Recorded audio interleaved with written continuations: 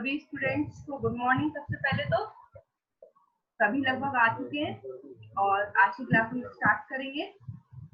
तो next class में हम लोग पढ़ चुके थे अब हमारी सेक्शन 9 तक। सेक्शन 9 और सीपीसी हमने अभी कंप्लीट कर ली है। अब हमें स्टार्ट करना है सेक्शन 10 से।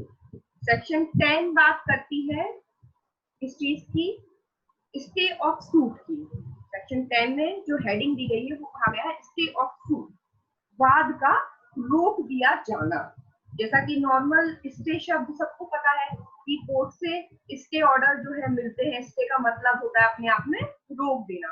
कभी भी कोई प्रोसीडिंग्स जो कोर्ट के सामने लाई जाती है और दो पार्टीज हैं, दो पार्टीज के बीच में जैसे किसी चीज को निर्माण को लेकर के कोई वाद है कि भाई कोई कंस्ट्रक्शन कर रहा है और दूसरी पार्टी को ऑब्जेक्शन है उस कंस्ट्रक्शन से, तो सबसे पहले क्या करते हैं, जाके स्टे ऑर्डर लेकर आते हैं कि सबसे पहले तो इस कंस्ट्रक्शन को रुकवाओ, फिर जो है केस लड़ेंगे। क्योंकि ऐसा ना हो केस लड़ते जाए, सामने वाली पार्टी कंस्ट्रक्शन करते जाए और बाद में प्रॉब्लम हो। तो यहाँ पर भी जो ये सेक्शन 10 है स्टे ऑफ सूट, तो यहाँ पे किसको रोक रहे हैं हम? यहाँ पर हम वाद को रोकने की बात कर रहे हैं कि सूट को रोक दिया जाए। तो अंदर हम इसको पढ़ेंगे तो हमें समझ में आएगा एग्जैक्टली कि ये सेक्शन क्या बात कर रही है। तो स्क्रीन शेयर करती हूँ मैं आपको इसकी। आप उनके पास तो वैसे होगा बट फिर भी ये देखिए।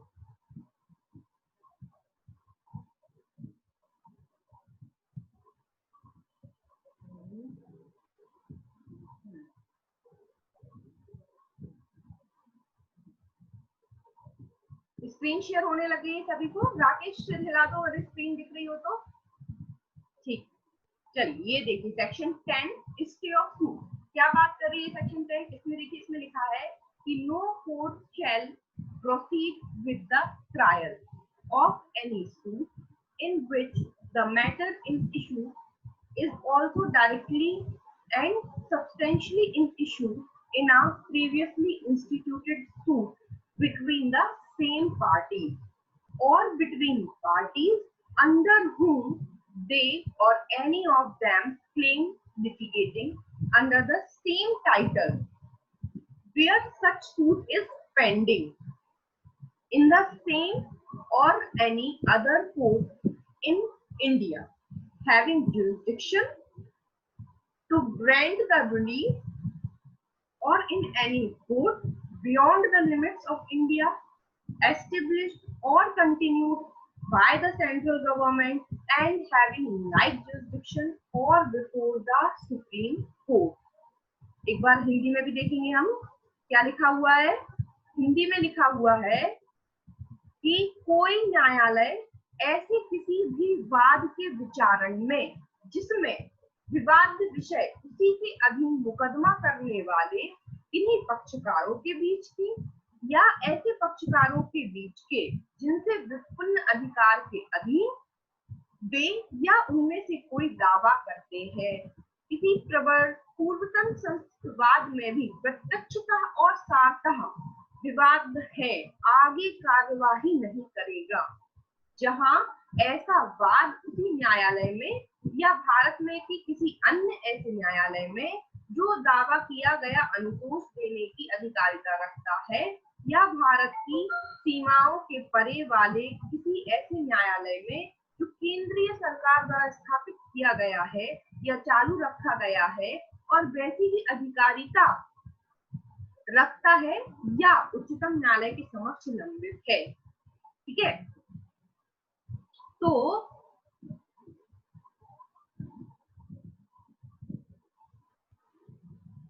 इसमें बात समझने वाली ये है कि पहली बात तो यहाँ पर बात हो रही है कि सेम पार्टी है, स्टे ऑफ सूट, वाद का रोका जाना। सेक्शन 10 जो लागू होगी वो कहाँ लागू होगी?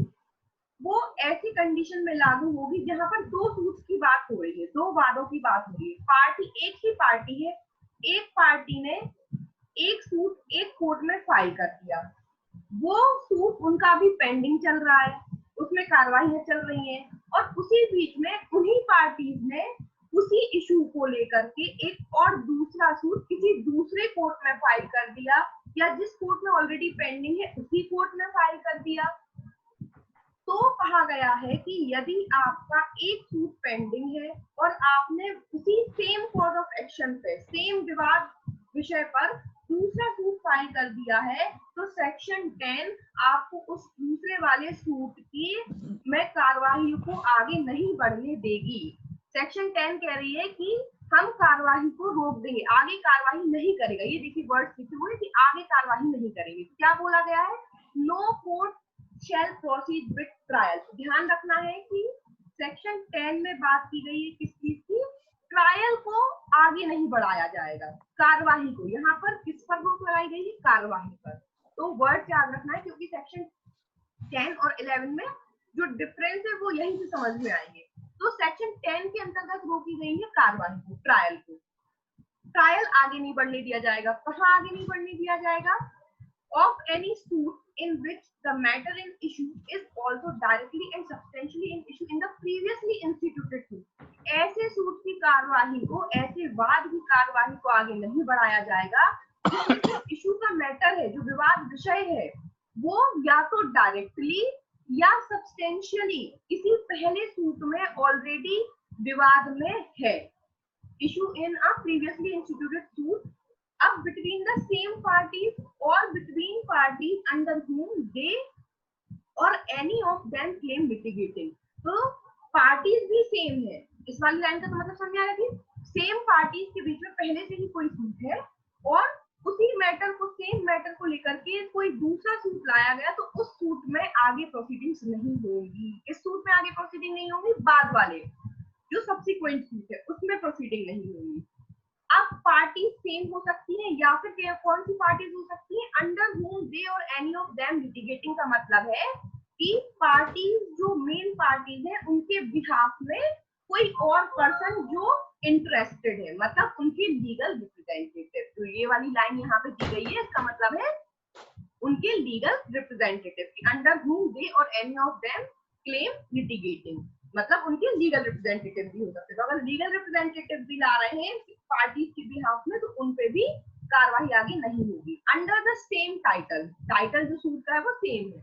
Where such suit is pending in the same court. अब जो पहले वाला प्रीवियस सूट है वो अभी भी पेंडिंग है और आप दूसरा सूट ले आए, तो पहले वाला सूट अगर पेंडिंग है, पार्टी सेम है, आपका विवाद विषय सेम है, तो सब्सिक्वेंट सूट में, बाद वाले सूट में कहा गया है कि ट्रायल को, कार्यवाही को आगे नहीं बढ़ाया जाएगा।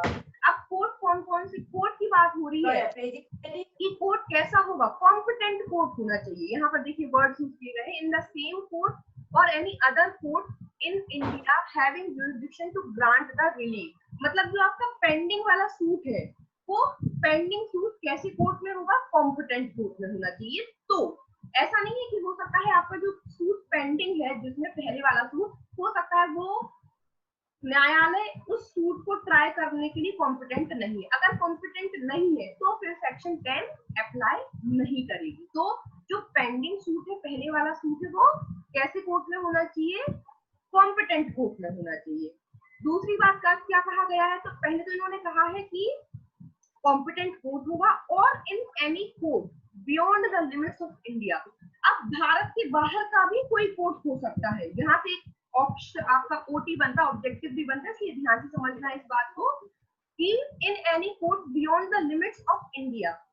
इंडिया के बाहर कोई कोर्ट है, लेकिन वो कोर्ट कैसा है? एस्टेब्लिश्ड और continued by the central government. India के बाहर तो है वो कोर्ट, लेकिन उस कोर्ट को केंद्रीय सरकार द्वारा स्थापित किया गया है या केंद्रीय सरकार द्वारा चालू रखा गया है। एंड हैविंग लाइक जुरिसडिक्शन, भले ही वो कोर्ट इंडिया के बाहर है लेकिन उसको केंद्रीय सरकार ने चालू करवाया है, केंद्रीय सरकार ने स्थापित किया है, और उसके पास जो जुरिसडिक्शन है, अधिकारिता है, वो कैसी है? जैसे इंडिया के कोर्ट को होती। इसलिए अगर कोई सूट पेंडिंग है हमारी इंडियन कोर्ट में, कॉम्पिटेंट कोर्ट है, और सेम पार्टीज ने सेम इशू पर वो अपना जो सूट फाइल कर दिया कहाँ? इंडिया के बाहर वाले कोर्ट में, जो केंद्रीय सरकार ने स्थापित किया था और उसको भी अधिकारिता थी, तब भी सेक्शन 10 एप्लीकेबल हो जाएगी। तब भी सब्सिक्वेंट सूट जो आपने इंडिया के बाहर वाले कोर्ट में फाइल किया है, जिसको अधिकारिता है सुनने की, तो वहां पे उस कोर्ट में आगे कार्रवाई नहीं की जाएगी। अब और बिफोर द सुप्रीम कोर्ट पे भी ये अप्लाई होगा। ऐसा नहीं है कि आपने हाई कोर्ट में जो है दायर कर दिया मामला, हाई कोर्ट में पेंडिंग है और आप जाकर सुप्रीम कोर्ट में भी फाइल कराए, तो नहीं, सुप्रीम कोर्ट पे भी सेक्शन 10 में क्या हो जाएगी, कार्यवाही रोक दी जाएंगी। तो ये जो आपकी सेक्शन 10 है, सेक्शन 10 को रेस सब जुडिस भी कहा जाता है। तो आप लोग इसको बिल्कुल ध्यान से लिख लीजिए, राइट डाउन कर लीजिए अपने उसमें कि सेक्शन 10 को क्या कहा जाता है, रेस सब जुडिस कहा जाता है। आपके इस वाले पोर्शन से सेक्शन 10 से जो क्वेश्चन बनते हैं वो क्या बनते हैं, पहला तो हेडिंग से क्वेश्चन बनेगा आपको सीधा सीधा कि स्टे ऑफ सूट, वाद को रोका जाना कौन सी सेक्शन में बताया गया है, सेक्शन 10 में। दूसरा क्वेश्चन बनता है रेस सब जुडिस का सिद्धांत कहाँ बताया गया है, तो रेस सब जुडिस का सिद्धांत सेक्शन 10 में बताया गया है। ठीक है, अब एक क्वेश्चन जो यहाँ से बनेगा कि सेक्शन 10 अप्लाई किस कंडीशन में होती है, तो सेक्शन 10 अप्लाई होती है जब farmer suit previous suit pending हो, लंबित हो। तो यहाँ पे ये याद रखना है कि जब पहले वाला वाद जो है लंबित है तब सेक्शन 10 अप्लाई होगी। इसमें होता क्या है, इसमें कार्यवाहियों को रोका जाता है, इसमें ट्रायल को बार किया जाता है, ना कि सूट को। यहाँ पे कहीं पे भी वर्ड ऐसा यूज नहीं है कि सूट की इंस्टीट्यूशन को रोक रहे हैं। सूट तो आप इंस्टीट्यूट कर सकते हो, वाद को संस्थित करने से नहीं रोका गया है। सिर्फ जो वाद आपने संस्थित कर दिया है वाद वाला, उसमें आगे कार्यवाहियां ना हो, कार्यवाहियों की प्रोसेस को रोका गया है कि आगे अब कार्यवाही नहीं होगी। क्यों? क्योंकि ऑलरेडी पहले आप एक सूट ऑलरेडी उसी सेम कॉज ऑफ एक्शन पे दायर कर चुके हैं। ठीक है, अब बात आती है क्या, इसमें इसको हिंदी में बोलते हैं विचाराधीन न्याय का सिद्धांत। हिंदी वाले लिख लें विचाराधीन वाद, ऐसा भी पूछ लेते हैं, विचाराधीन वाद या विचाराधीन न्याय का सिद्धांत कहाँ बताया गया है, सेक्शन 10 में बताया गया है। अब इसके साथ एक एक्सप्लेनेशन और जुड़ा है, वो एक्सप्लेनेशन और देखेंगे। ये देखिए एक्सप्लेनेशन लिखा हुआ है कि the pendency of a suit in a foreign court does not preclude the court in India from trying a suit founded on the same cause of action। इसमें लिखा गया है विदेशी न्यायालय में किसी वाद का लंबित होना उसी वाद हेतु पर आधारित किसी वाद का विचारण करने से भारत में के न्यायालय को प्रवारित नहीं करेगा। अब देखिए दोनों बातों में अंतर है। अभी ऊपर भी हमने पढ़ा, आप लोगों को कंफ्यूजन हो रहा होगा कि अभी तो हमने पढ़ा कि जो भारत के बाहर न्यायालय है, अगर भारत के बाहर वाला जो न्यायालय केंद्रीय सरकार ने उसको स्थापित किया है तो वहां पर तो सेक्शन 10 अप्लाई हो रही है, लेकिन एक्सप्लेनेशन में क्या बोला है, विदेशी न्यायालय पे लागू नहीं होगी। तो देखिए दोनों में अंतर है। वो जो हमने लाइन पढ़ी है वो लाइन पढ़ी है कि भारत के बाहर तो कोर्ट है लेकिन वो सेंट्रल गवर्नमेंट ने एस्टेब्लिश करवाया है, मतलब उस पे अधिकारिता, उसको जो पावर्स मिल रहे हैं वो कहाँ से मिल रहे हैं, इंडियन गवर्नमेंट से मिल रहे हैं। तो वो एक्चुअली में भारत से बाहर सिर्फ स्थापित है लेकिन है वो इंडियन कोर्ट। ठीक है, और यहाँ फॉरेन कोर्ट की बात की गई है। आपको ध्यान होगी डेफिनेशन क्लॉज जब हमने पढ़ा था सेक्शन 2(5) में, वहां पे हमने फॉरेन कोर्ट पढ़ा था। फॉरेन कोर्ट मतलब जो भारत से बाहर होते हैं और जिनको सेंट्रल गवर्नमेंट ने स्थापित ना किया हो, है ना, तो वो फॉरेन कोर्ट कहलाएंगे, जिसमें हस्तक्षेप हमारे यहाँ की सरकार का ना हो, जो हमारे यहाँ की सरकार द्वारा स्थापित ना हो, वो फॉरेन कोर्ट है। तो कहा गया कि अब ऐसे विदेशी न्यायालय में अगर कोई वाद लंबित है, पेंडिंग है फॉरेन कोर्ट में से, तब क्या सेक्शन 10 इंडियन कोर्ट पे एप्लीकेबल होगी, तो उन्होंने कहा नहीं, अगर कोई विवाद दो पक्षों के बीच में फॉरेन कोर्ट में पेंडिंग है और वो पार्टीज इंडियन कोर्ट में उसी सेम कॉज ऑफ एक्शन पे सूट फाइल करती हैं तो इंडिया में वो सूट चलेगा।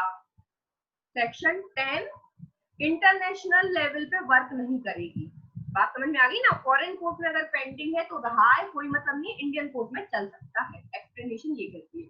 लेकिन अगर वो कोर्ट जो भारत के बाहर है, सेंट्रल गवर्नमेंट ने अगर एस्टेब्लिश की है, तो फिर 10 अप्लाई हो जाएगी, क्योंकि वो हमारे यहाँ का ही कोड है, क्योंकि सेंट्रल गवर्नमेंट का खास कोड। ये हो गया हमारी सेक्शन 10 स्टे ऑफ सूट। ठीक है, अब हम देखेंगे सेक्शन 11 रेस जुडिकेटर। ठीक है, पूर्व न्याय, जैसे क्या बोला गया है, पूर्व न्याय, या इसको बोलते हैं प्रांग न्याय, हिंदी में प्रांग न्याय भी बोलते हैं, पूर्व न्याय भी बोलते हैं। इसमें क्या है, इसमें कहा गया है, देखिए स्क्रीन शेयर कर देती हूँ, जिनके पास डायरेक्ट है वो तो अपने डायरेक्ट से पढ़ लेंगे, जिनके पास नहीं वो देखें क्योंकि थोड़ा सा इंपॉर्टेंट है।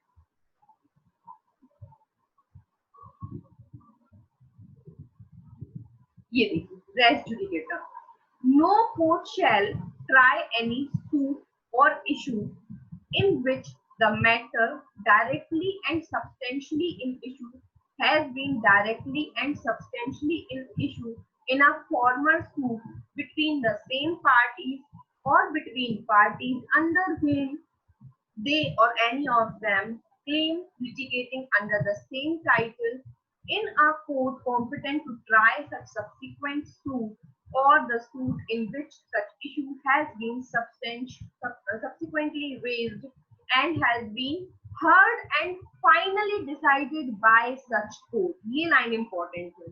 देखिए हिंदी में, कोई भी न्यायालय किसी ऐसी वाद या विवाद का विचारण नहीं करेगा। यहाँ पे वर्ड कंपैरिजन करना, वहां पर था आगे कार्यवाही नहीं करेगा, यहाँ है विचारण नहीं करेगा। बाकी सारी चीजें सेम है, जिसमें प्रत्यक्षतः और सारतः विवाद विषय उसी हक के अधीन मुकदमा करने वाले इन्हीं पक्षकारों के बीच के या ऐसे पक्षकारों के बीच के जिनसे व्युत्पन्न अधिकार के अधीन, मतलब उनके लीगल रिप्रेजेंटेटिव, या उनमें से कोई दावा करते हैं। किसी पूर्ववर्ती वाद में भी ऐसे न्यायालय में प्रत्यक्षता और सारता विवाद रहा है। यहाँ वर्ड क्या यूज है, रहा है, मतलब वो डिसाइड हो चुका है फॉर्मर वाले सूट में, पहले पूर्ववर्ती वाद में विवाद रहा है, मतलब जो फॉर्मर सूट था वहां पे डिसाइड हो चुका है ये केस। जो ऐसे पश्चातवर्ती वाद का या उस वाद का जिसमें ऐसा विवादक वाद में उठाया गया है, विचारण करने के लिए सक्षम था और ऐसे न्यायालय द्वारा सुना जा चुका है। ये देखिए, सुना जा चुका है और अंतिम रूप से विनिश्चित भी किया जा चुका है। तो सेक्शन 11 रेस जुडिकेटा बात करती है, यहाँ पे भी सारी चीजें सेम है, पार्टी सेम है, उनके बीच का विवाद सेम है, एक सूट वो पहले फाइल कर चुकी है और एक और सूट फाइल कर दिया है। लेकिन सेक्शन 10 और 11 में अंतर सिर्फ इतना है कि सेक्शन 10 में जब पार्टीज ने दूसरा सूट फाइल किया था तब उनका पहले वाला सूट पेंडिंग था, लेकिन सेक्शन 11 में पहले वाला सूट डिसाइड हो चुका है, खत्म हो चुका है, उसके बाद पार्टीज ने सेम कॉज ऑफ एक्शन पे दूसरा सूट फाइल कर दिया है। अब वो न्यायालय सेम हो सकता है, वो न्यायालय कोई दूसरा हो सकता है, वो न्यायालय भारत के बाहर हो सकता है, वो केंद्रीय सरकार वाला, ऐसे मतलब वो सारे इंग्रेडिएंट सेम है, लेकिन सिर्फ अंतर कितना है कि सेक्शन 10 में जो फॉर्मर सूट था वो पेंडिंग था और बाद वाला सूट दायर कर दिया गया, और रेस जुडिकेटा में पहले वाला सूट डिसाइड हो चुका है, उसके बाद पार्टीज ने नया सूट दायर कर दिया। तो कहा गया है ऐसी कंडीशन में जहां फॉर्मर सूट डिसाइड हो चुका है और सेम पार्टीज ने सेम कॉज ऑफ एक्शन पे फिर से सूट दायर कर दिया है, तो बाद वाले सूट में उस विवादकों की विचारण नहीं करने दिया जाएगा। Shall not try the suit, तो वो ट्राई ही नहीं करेंगे सूट, कार्रवाई तो बात की बात है, कार्रवाई तो शुरू ही नहीं होने देंगे, क्या करेंगे, विचारण को ही रोक देंगे कि आपका सूट वह डिसाइड हो चुका है, तो आपको यहाँ पर विचारण नहीं होगा अब आपके सूट का। वहीं फ्रॉम द क्या कहते हैं कि शुरू वाले पॉइंट से ही उसको वहीं पे रोक दिया जाएगा कि हम आपका विचारण नहीं करेंगे। क्यों, क्योंकि वहां जो पहले वाला आपका सूट है वो फाइनली डिसाइड हुआ था। यहाँ पे कंडीशन क्या होना चाहिए कि जो पहले वाला सूट आपने फाइल किया था जिस न्यायालय ने, पहला तो कॉम्पिटेंट होना चाहिए, सबसे पहला पॉइंट तो वही है, कॉम्पिटेंट कोर्ट में आपने फाइल किया था और कॉम्पिटेंट कोर्ट ने जहां आपने फाइल किया था अपना पहला वाला सूट वो फाइनली डिसाइड हो चुका है, मतलब अब उसमें कोई गुंजाइश नहीं बची थी, अपील सब फाइनली डिसाइड हो गया। ठीक है, अब ये जो आपका रेस जुडिकेटा वाला सिद्धांत है, ये 3 बहुत इंपॉर्टेंट आपकी मैगजीन्स पर बेस्ड है। वो 3 इंपॉर्टेंट मैगजीन्स आपको बुक में से मिल जाएंगी। मैं आपको बता देती हूँ एक बार। पहली मैगजीन है नेमो डेविड विथ वैक्सी प्रो ल्यूना एट एडम फॉजा। इसका मतलब होता है नो मैन शुड बी बेग्ड twice for the same cause. किसी भी व्यक्ति को एक ही वाद हेतु के लिए 2 बार तंग नहीं किया जाएगा। ठीक है, क्या पहली मैगजीन क्या है? किसी भी व्यक्ति को एक ही वाद हेतु के लिए 2 बार तंग नहीं किया जाएगा। नो मैन शुड बी बेग्ड twice for the same cause. इसकी जो लेटिन मैगजीन है वो मैं आपको ग्रुप पे शेयर कर दूंगी। उसके बाद सेकंड जो मैगजीन है वो है इंटरेस्ट रिपब्लिके अच्छ फिनिश लिटियम। इसका मतलब होता है it is in the interest of the state that there should be an end to a litigation. राज्य का हित इस बात में है कि मुकदमेबाजी का अंत हो। क्या है? राज्य का हित इस बात में है कि मुकदमेबाजी का अंत हो। तीसरा है रेस जुडिकेटा प्रो वेरिटेट ऑक्यूपिटर। इसमें है a judicial decision must be accepted as correct। जो ये पूर्व न्याय का सिद्धांत है इसको सही मानना पड़ेगा आपको। ये 3 इसकी मैगजीन है। ये 3 ऑब्जेक्ट कह सकते हैं आप कि जो रेस जुडिकेटा है उसका पर्पस क्या है, उसका ऑब्जेक्ट किस उद्देश्य से। तो सीधी सी बात है, उन्होंने पहला उद्देश्य बिल्कुल स्पष्ट कर दिया कि रेस जुडिकेटा का जो सिद्धांत है वो हम इसलिए अप्लाई करवा रहे हैं ताकि कोई भी मैन जो प्लेंटिफ और डिफेंडेंट जिनने अपना वाद दायर किया था, तो जो पार्टी जीती है उसको बार बार परेशान ना किया जाए। अब भाई एक बार केस आ गया, आप फिर वो अब एक पार्टी हार गई तो फिर वो सेम कॉज ऑफ एक्शन पे दूसरी बार ले आएगी, अरे अभी तो ये जीत गया, मैंने जीता, मैं ले आई। तो वो बार बार जीतने वाली पार्टी को क्या करना है? परेशान करना है। तो ये तो हुई प्राइवेट पॉलिसी से बचाने के लिए, प्राइवेट पर्सन को बचाने के लिए कि जब एक बार केस आ गया तो वो डिसाइड है। दूसरा क्या है कि भाई राज्य का भी हित है। अगर एक पार्टी अपने एक ही इशू को बार बार लाती रहेगी तो कोर्ट के पास क्या इतना ही टाइम है कि वो सिर्फ एक पार्टी के बीच के विवाद को सुने, बाकी विवादों का क्या होगा? तो मल्टीसिपलिटी ऑफ सूट्स को रोकना, और सरकार का भी हित रहेगा उसमें, क्योंकि सरकार का भी तो खर्चा होता है कहीं ना कहीं। ठीक है, फिर उसके बाद तीसरा वाला इन्होंने क्या बोला कि अब ये जो जुडिशियल डिसीजन होगा पहले फॉर्मल वाले कोर्ट में, जब हम अप्लाई कर रहे हैं रेस जुडिकेटा को, तो वो क्या माना जाएगा?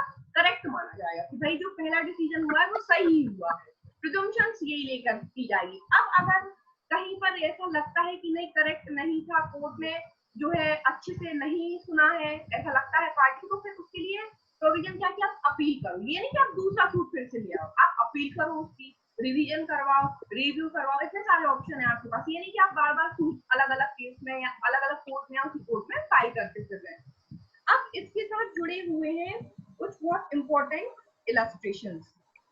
तो पहले तो यहाँ पे आपको ये ध्यान रखना है कि दोनों में अंतर क्या है। रेस जुडिकेटा या प्रांग न्याय का सिद्धांत जो है कब लागू होता है? जब पहले वाला सूट डिसाइड हो चुका हो, पेंडिंग नहीं है, यहाँ पे डिसाइड हो चुका है, फाइनली डिसाइड हुआ है, कॉम्पिटेंट कोर्ट द्वारा डिसाइड हुआ है, पार्टी सेम है, कॉज ऑफ एक्शन सेम है, और फिर दूसरे कोर्ट में जो है डाला गया है। ठीक है, तो यहाँ पे क्या है, वो विचारण ही नहीं करने दिया जा रहा है, वहां पे कार्यवाही नहीं करने दी जा रही, यहाँ विचारण नहीं करने दिया जा रहा है। अब देखिए इसका एक्सप्लेनेशन फर्स्ट देखिए।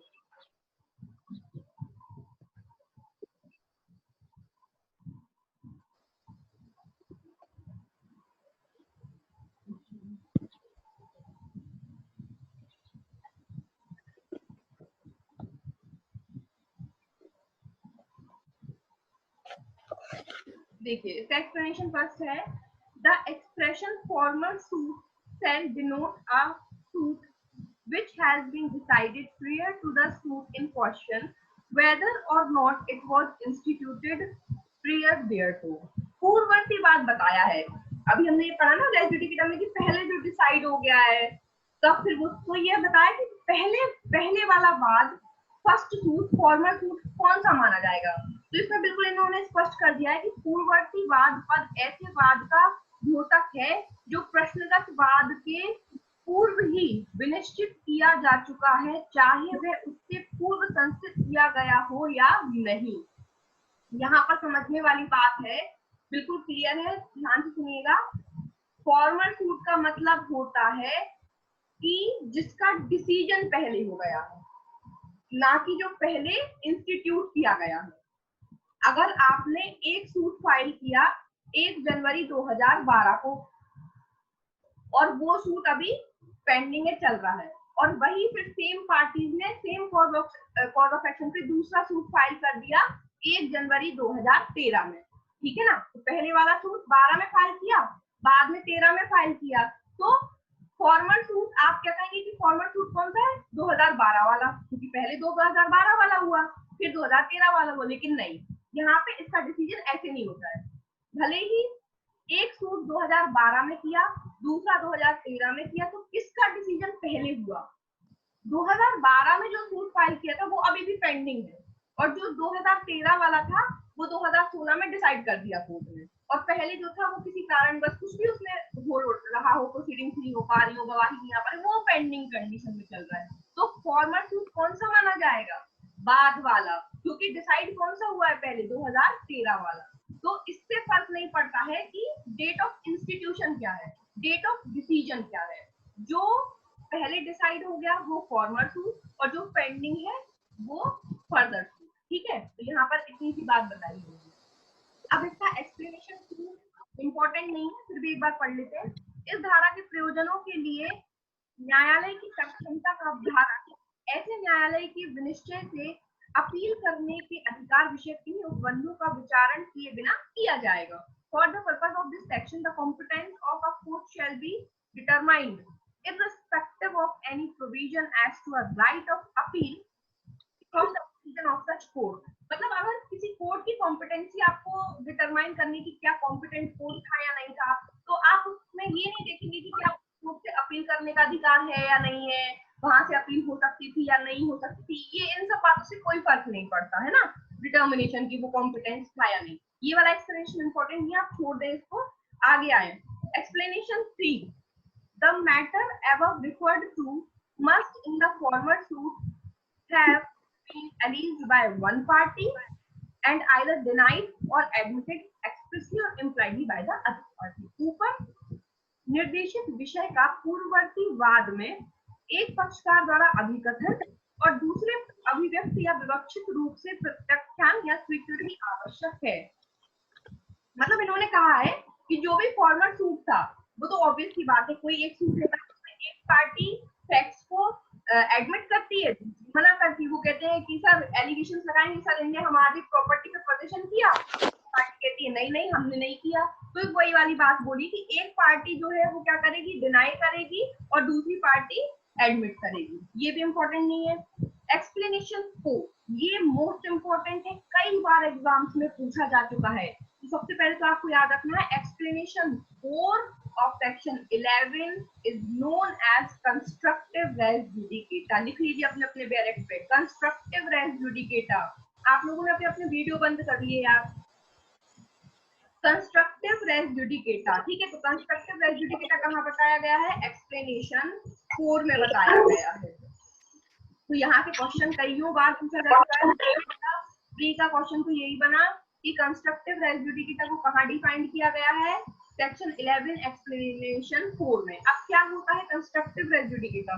ये एक टाइप से आर्टिफिशियल है, मतलब मेन प्रोविजन है सेक्शन 11 की लैंग्वेज जो हम पढ़ चुके हैं वो, और एक्सप्लेनेशन 4 में जो है वो आर्टिफिशियल फॉर्म में बताया गया कि आर्टिफिशियली हमने मान लिया, एक होता ना एक खरा सुना एक आर्टिफिशियल सुना, ऐसे ही इसमें कहा गया है ऐसे किसी भी विषय के बारे में जो ऐसे पूर्ववर्ती वाद में प्रतिरक्षा या आक्रमण का आधार बनाया जा सकता था और बनाया जाना चाहिए था, यह समझा जाएगा कि वह ऐसे वाद में प्रत्यक्षतः और सारतः विवाद्य रहा है।